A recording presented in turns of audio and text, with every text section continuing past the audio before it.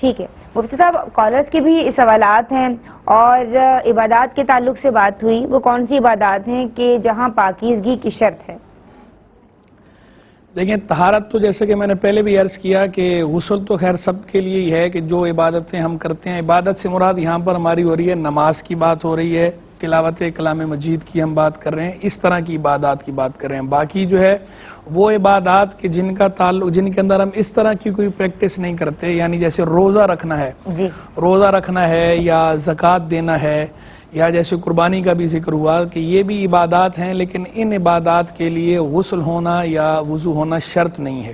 ان عبادات کے لیے طہارت شرط نہیں ہے۔ لیکن کوئی اگر ان عبادات کو بھی طہارت کے ساتھ ادا کرتا ہے تو یہ اچھی بات ہے، اس کے مستحب یا مستحسن ہونے میں کلام نہیں۔ ویسے بھی ہر وقت باوضو رہنا یہ ایک اچھی عادت ہے، اور ایک مسلمان کو باوضو رہنے کی عادت ڈالنی چاہیے، یہ اچھی عادت ہے، ہمارے اسلاف کا طریقہ بھی تھا، بزرگان دین کا طریقہ بھی تھا۔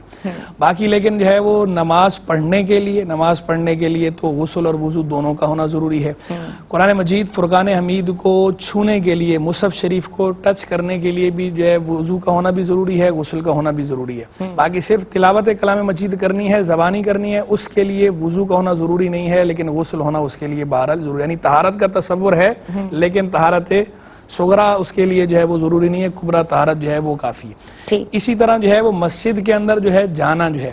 مسجد میں جانے کے لیے وضو تو شرط نہیں ہے، لیکن مسجد میں جانے کے لیے غسل ہونا شرط ہے۔ غسل کے بغیر بے غسل آدمی مسجد کے اندر نہیں جا سکتا، مسجد میں جانے کی اجازت نہیں ہے۔ جس طرح جو ہے، کیونکہ جو مسجد ہے وہ اللہ کا گھر ہے، اس کا اپنا ایک پروٹوکول ہے، اس پروٹوکول کو ملحوظ رکھنا ضروری ہے۔ مسجد کے اندر نجاست نہیں لے کے جا سکتے، جب مسجد میں نجاست نہیں لے کے جا سکتے تو اسی طرح جو بندہ اس حالت میں ہو کہ جو حالت طہارت والی نہیں ہے، تو اس بندے کا بھی مسجد میں جانا درست نہیں۔ بلکہ ہمارے فقہائے کرام تو یہاں تک منع کرتے ہیں کہ وہ اتنے چھوٹے بچے کہ جن کا جو ہے طہارت کا معاملہ صحیح نہ ہو، جو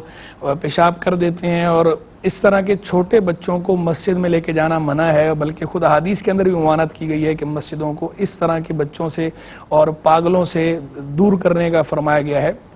تو مسجد کے اندر اتنے چھوٹے بچے کہ جو اس طرح طہارت کی رعایت نہیں کر پاتے، ان کو لے کے جانا درست نہیں ہمارے فقہ حنفی کی روح سے۔ بعض فقہا خیر اجازت بھی دیتے ہیں، لیکن ہمارے فقہ حنفی کے اندر اس کی اجازت نہیں ہے۔ تو یہ وہ چیزیں ہیں جن کا میں نے ذکر کیا کہ جو عبادت کے ساتھ تعلق رکھتی ہیں، تو ان کے لیے بعض کے لیے جو ہے وہ وضو اور غسل دونوں ضروری ہیں، بعض کے لیے صرف غسل ضروری ہے، اور بعض کے لیے نہ وضو ضروری ہے نہ ہی غسل ضروری ہے۔ ٹھیک ہے حضرت، عروسہ بہن نے سوال کیا،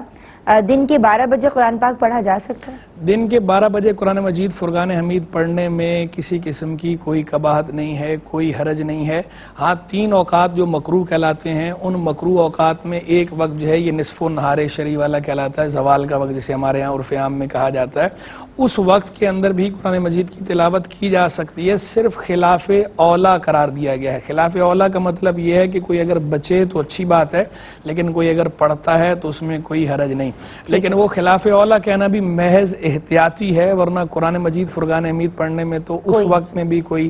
گرفت تو خیر ہے ہی نہیں، لیکن وہ خلاف اولا بھی محض احتیاطاً کہا گیا ہے۔ اس سے بہتر ہے کہ آدمی جو ہے وہ فارغ بیٹھا ہوا ہے، یا آدمی فضول گوئی کر رہا ہے، فضول باتیں کر رہا ہے، یا کسی ایسی ایکٹیویٹی میں ہے، ایسی سرگرمی میں ہے کہ جو نہ اس کے دین کے لیے فائدہ مند ہو، نہ اس کی دنیا کے لیے فائدہ مند ہو، تو بہتر یہ ہے کہ قرآن مجید بہنیں تلاوت کر رہی ہوتی ہیں، اگر کسی کا انتقال ہو گیا اور ظہر کے بعد جنازہ ہے، تو میں نے دیکھا ہے، مشاہدہ ہے کہ لوگ بہنیں قرآن مجید پڑھنا شروع کر دیتی ہیں، تو اس وقت 12 ساڑھے 12 کا ٹائم ہے تو پڑھ سکتی ہیں، بالکل اچھی بات ہے، اور پڑھنا بھی چاہیے۔ باتیں ادھر ادھر کی کریں اس سے بہتر ہے کہ تلاوت کریں۔